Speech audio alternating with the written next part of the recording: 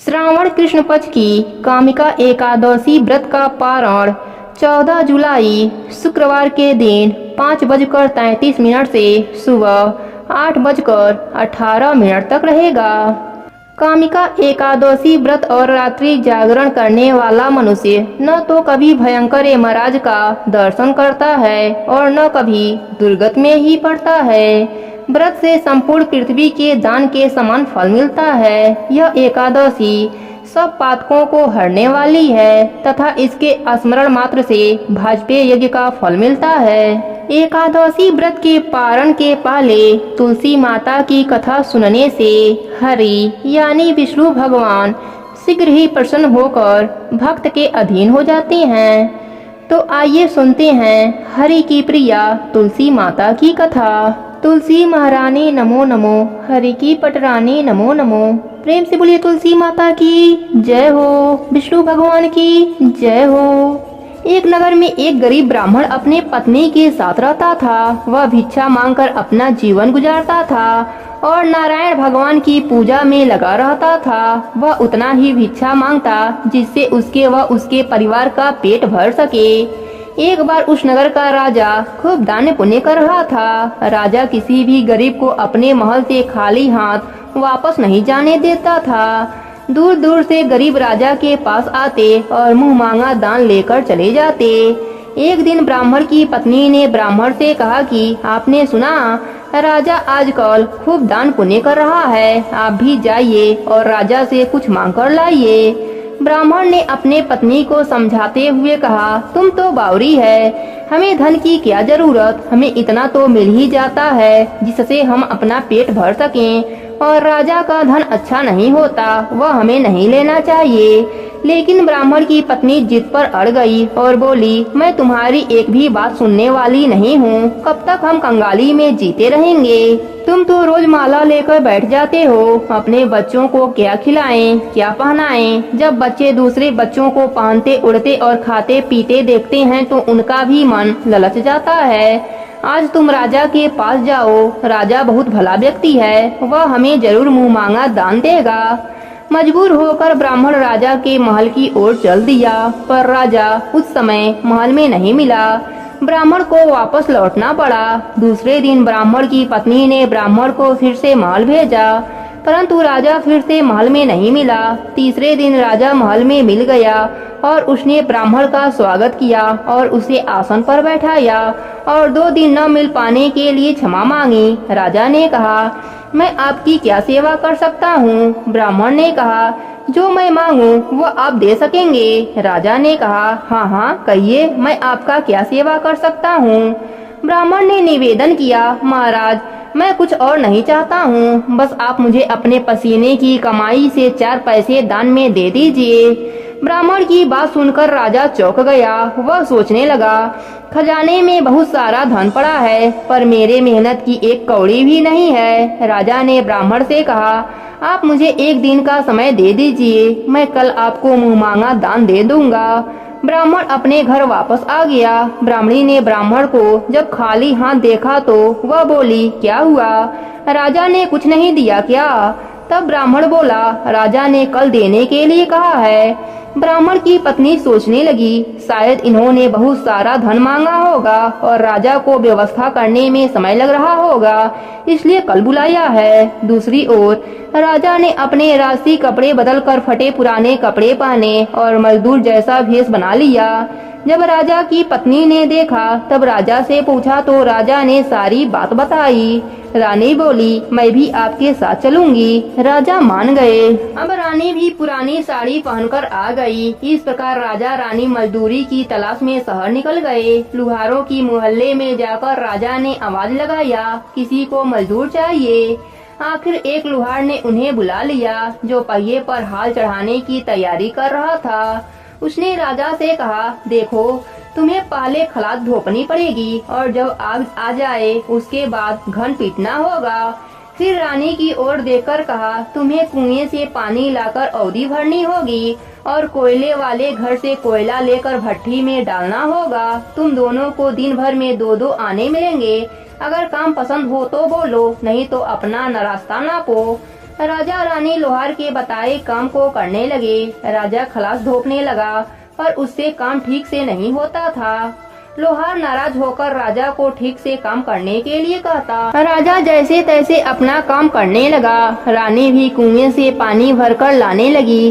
रानी के हाथ में फफोले पड़ गए। किसी तरह बड़ी कठिनाइयों से उसने पानी का औदा भरा। उसके बाद रानी कोयला लाकर भट्ठी में डालने लगी। कोयले भरने से रानी के गोरे हाथ और कपड़े काले हो गए। भट्ठी में आग आने पर लोहार ने हाल भट्ठी में से निकालकर पहिए पर जमाई और एक घन अपने हाथ में लेकर और एक राजा के हाथ में देकर कहा, देखो बारी बारी से घन इस पर पटकना, हाथ इधर उधर ना होने पाए। राजा जोर जोर से घन पटकने लगा लेकिन उसका निशाना ठीक से नहीं बैठता था। कभी घन हाल पर गिरता तो कभी पहिए पर।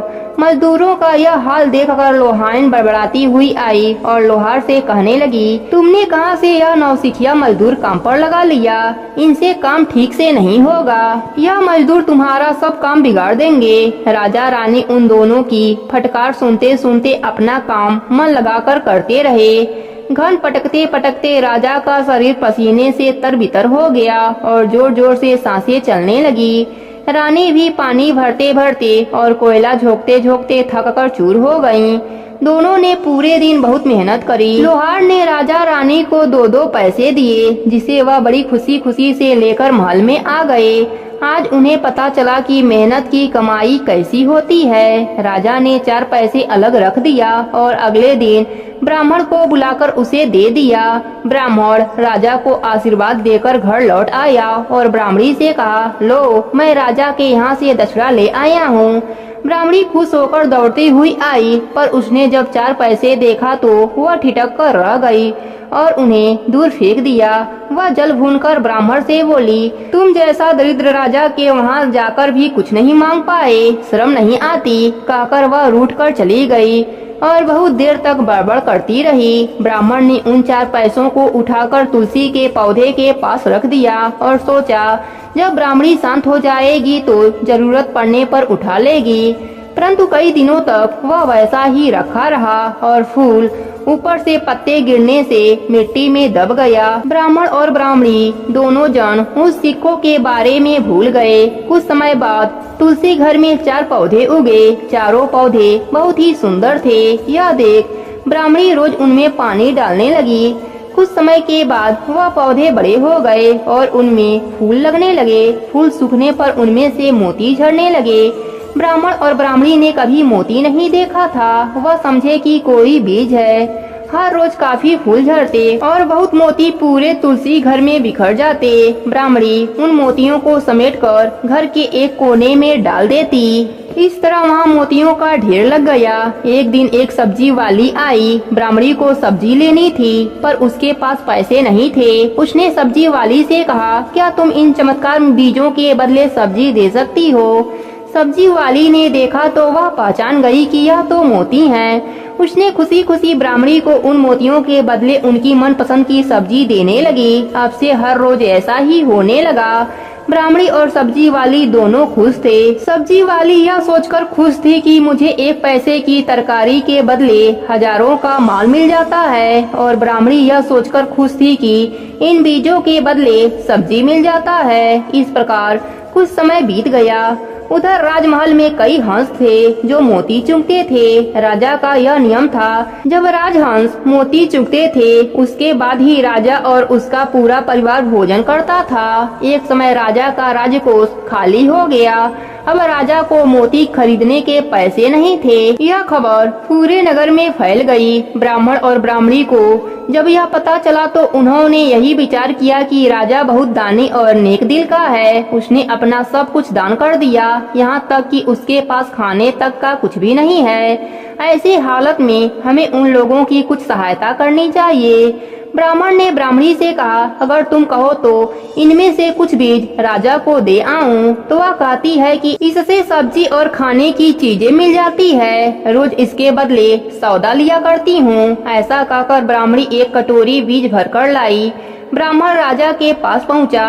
उन्हें वह मोती दिए और राजा को बताया कि यह मेरे घर की तुलसी का बीज है। राजा उन बीजों को देखकर चौंक गया।